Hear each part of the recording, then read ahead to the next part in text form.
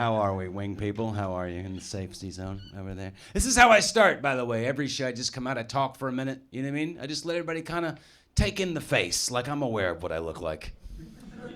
You know, the beard's a lot. I get it. You know what I mean? You kind of like, is it a prop? Is it going to come off at some point? No. It's on there. And the voice, if you're trying to place the voice is from the country formerly known as the United States of America. Yeah, southern U.S. as well. Yeah, Alabama. I'll get it out of the way. Yeah, I know, right? Man, the beard is different now, isn't it? When I first come out, you're like, oh, look, a magical hobo man. Maybe he'll have tricks in his pockets. Then I say Alabama, and you're like, where was he on January 6th? Fun news, just because that dude won doesn't mean they won't storm the Capitol again. These are fucking morons. Anything is possible. I promised I wouldn't get too much into the U.S. election and everything, but I do have some thoughts. Just a couple of, you know what I mean? Just some minor. This one, the last one here is just completely blank. It's just completely, that's a free spin. So if we make it to their cum face, it's good. All bets are off. Is that okay if I call you that? Do you mind? Yeah. I don't want to be rude. Yeah, it's weird. I don't know if there are any other people from the U.S. here that are also trying to very quickly get an anchor baby in place, but 4 of you understood that. That's good. It's a weird feeling. I realized today that I just lost health care. I didn't have much to begin with, bro. I haven't seen a doctor in a decade. You know what I mean? That was already the weirdest thing about being from the U.S. is because I would come to Europe or whatever, and then people would find out, oh, you're from the States. And you can see the look. I can see the look in your eyes. You're like, is he okay? And I'm not, you know what I mean? Healthcare in the U.S. is like, I don't know how to phrase it. Like, when someone asks me, how are you doing? I genuinely don't know. I have not been to a doctor. I could be 75% cancer right now. I have no idea. I might pass out before this set ends. It's 50-50. We'll fucking see. But to answer, because this is what I've been getting all day from people, to answer, I was not surprised. I was not surprised that the U.S. took a Looney Tune turn. It did not shock me, because I'm fucking from there. You know what I mean? I started touring there years and years and years ago. I toured every little small town you can think of. I'm not shocked. And I spent most of my time these days outside of the U.S., right? I've done shows in 70-something countries. I'm normally not there, right? For a reason. Because I went through all of it, man. I went through all of the difficulties in trying to communicate with people, doing shows, making jokes, people getting mad at me, right? Just minor jokes about religion, right? And I have somebody in the parking lot go, you keep talking like that, I'll whip your ass for Jesus. And I'm like, I think you should read the book. You know what I mean? Read any book. I don't know. It was not his thing. I had a dude one time. I made a joke about guns on stage, right? Yeah, I made a joke about guns because they were in the news, because it's what we do. And it's kind of our hobby, People say, baseball's the American pastime. No, it's not. Baseball's not in the news that much. Shootings, that's our thing. I made a joke about it, right? And a dude got mad at me after the show, and he's like, you know what, buddy, let me tell you something, man. If you don't like the way we do things in America, you can just get the fuck out.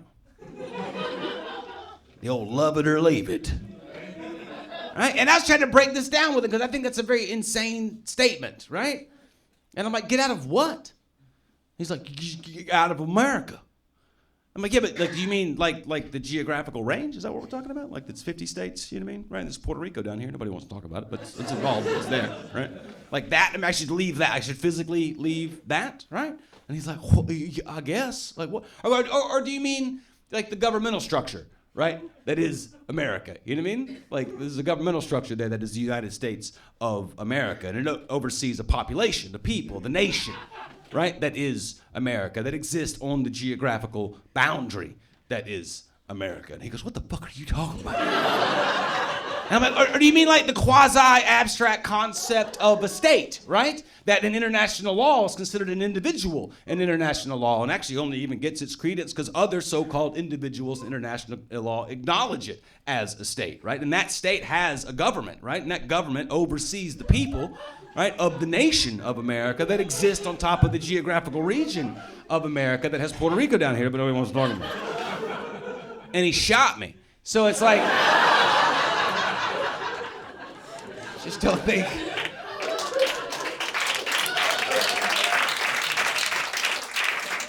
I don't think we're ready to heal. Don't want to, man. But the creepy thing, of course, is like it's everywhere, right? Like the attitude is everywhere. Like I don't know how it is in Belgium right now. Like I know like other countries in Europe have their far right things cropping up. I've watched it over the years touring, right? I've seen it popping up in Asia as well, right? All the same arguments, all the same rhetoric, right? This conservative pushes to keep things the same, whatever the fuck that means, right? Every state and ethno-state is what they're going for, it feels like. And I don't get it, man. I don't understand that. Because look at this room. This is a very, very diverse room that we're in, right? And I think this is what the world is, right? The world is this. And I don't understand the push to go the other direction. Mostly because we already have those groups. Those groups already exist. There's a group on this planet right now that embodies that attitude. And they're called the Amish. If you don't know what the Amish are, don't worry. I will fast track you. Right? The Amish is a Christian sect. They're a Christian sect, right? They, like, as a group, they got to the year like 1620 something or whatever, right? And they looked around and they were like, yeah, this is it. We've got everything we're ever gonna need, right? We got butter churns, right? We got bonnets, we got the Bible. We have all the bees. We gotta lock this in, right? No new influence for us. Don't mix this up, right? Fence it in. We're gonna cousin fuck this to the future. And they did.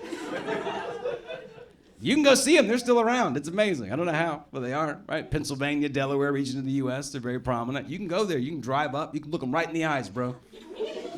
All three of their creepy, creepy eyes. The Amish have 3 eyes. A lot of people don't know that, right? That's why their furniture's so good. They can see all parts of an angle at the same time. I'm just saying, don't be Amish, you know what I mean? I like diverse places, right? Like the diversity of this room, right? In cities, when I go to cities that are very, very diverse and mixed up, I like that, right? And I've noticed like diverse places, they lead to diverse couples, which I also agree with. I don't understand the other, you know? I don't understand like why if you're from one background, right? Like why you would immediately go and seek out the same background, right? And get married, and then you have kids and make more of that same thing, right? That's just taking bland, mixing it with bland to make more bland. Get weird with it, right? Like if you're a Dutch Protestant, don't marry and have kids with another Dutch Protestant. Marry like a Zulu witchcraft doctor. Something cool. Right? Make Easter great again. Oh, we'll bring him back. Let me get my dancing shoes. I have 3 brothers, man. I have 3 brothers, right? All 3 of my brothers, white. 0 diversity going on, first off. Right? All their wives, white, right? All their kids, very predictably, white. I don't get it. I don't follow it, man. I mean, think about this. The human eye can see 10 million colors. 10 million. Take a second. Look around the room. We're not getting close. I'm not saying we could have green people. But I feel like if we applied ourselves, we could have green people. You can't sit in this room and tell me you don't want to see a green dude. That's not a thing. Everyone in this room, your average Wednesday at work would be greatly improved if a green guy just walked in the door, just delivering something. You're just in there, typey-type Wednesday, boring old Wednesday. Here we go, another fucking Wednesday. And then walks a green guy. Ho, ho, ho! Wednesday's looking up. Fuck a lobster, make a mermaid. Do you understand me, bro? Sorry, this has been about mermaids. That wasn't clear off the top.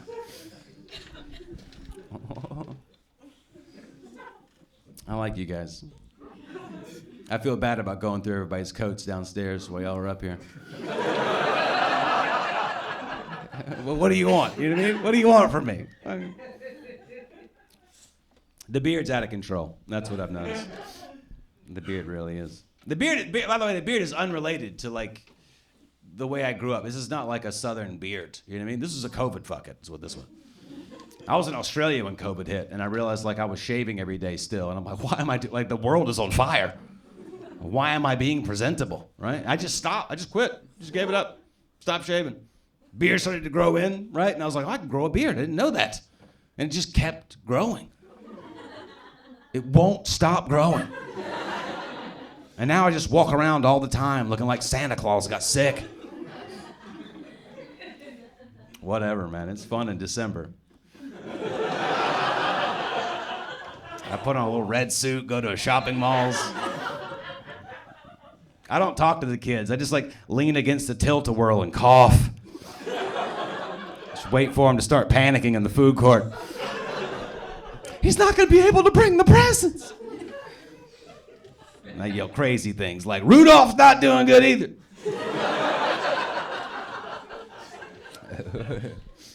His nose is more beige these days. I don't even know what that means. There are pros and cons. That's what I've learned, though. Like walking around looking like a complete idiot. There are pros and cons to it. The pros of it, you know when you walk out of like a train station here, right? 2, 3 o'clock in the morning, you come out, train station, you know? And then creepy things come out the shadows to harass you, right? Not me. I mean, they come out the shadows, then they just stop. Like, oh, my bad, bro. Didn't realize you were working too. The negatives are that I'm now meeting other creepy bearded people. I did not factor this in.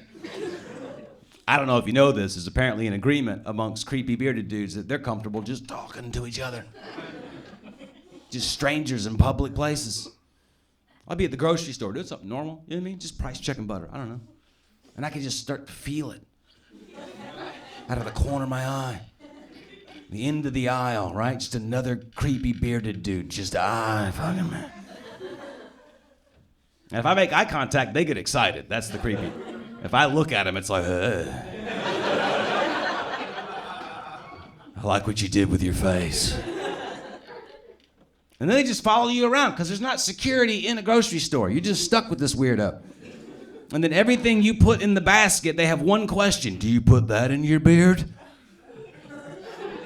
No, I put it on toast. What is happening?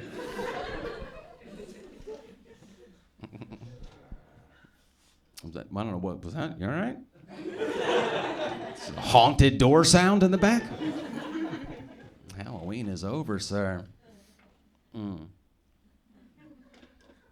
I like that we put the British people on the show. Are there British people in the audience or no?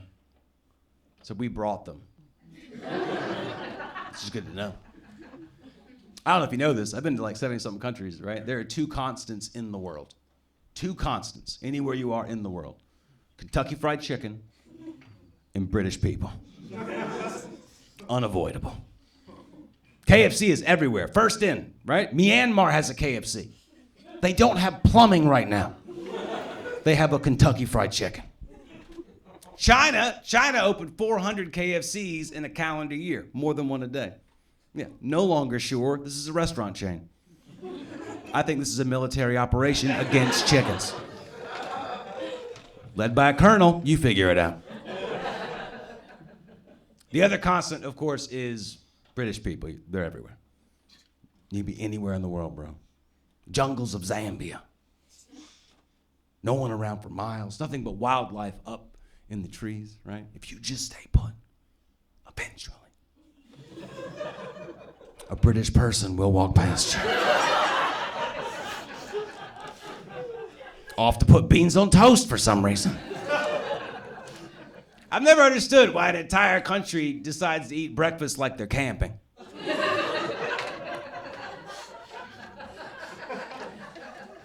I do have a theory, though. I don't think back in the day, the British, I don't think they ever wanted to invade and colonize anybody. I don't. I think that deep down, secretly, they just love camping.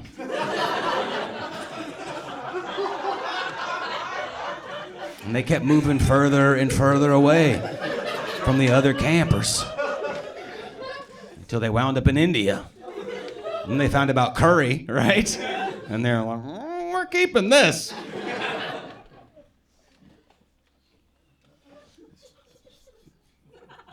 The British love curry. You can't stop it. Does anyone have any questions about the U.S. election before I get out of here? I just don't want to have the conversation in the dark downstairs. Just do it in the light where I can look you in the face. It's not going to be good. Where are you from? You're from Ghent. Yeah, what's it like living here? Yeah, yeah. Same-sex marriage is legal here, right? Yeah? You single or? You are? You want to solve that? It's fucked up, man. He gave you a sweet nickname and everything, and this guy just... I don't know how to flirt anymore.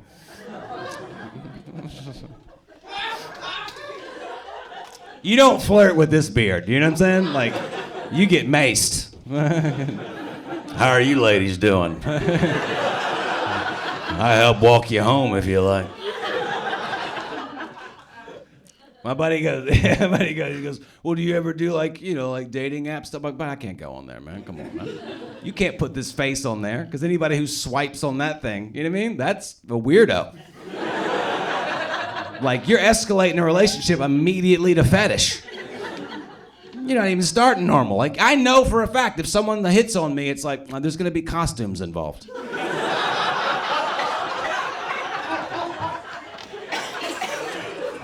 Like, I know for a fact, like, first date, we're having sex. Like, I know that. It's just I don't know which character I'm gonna have to be when we get there. Like, is it gonna be a Ren Fair thing, or am I Dumbledore once again?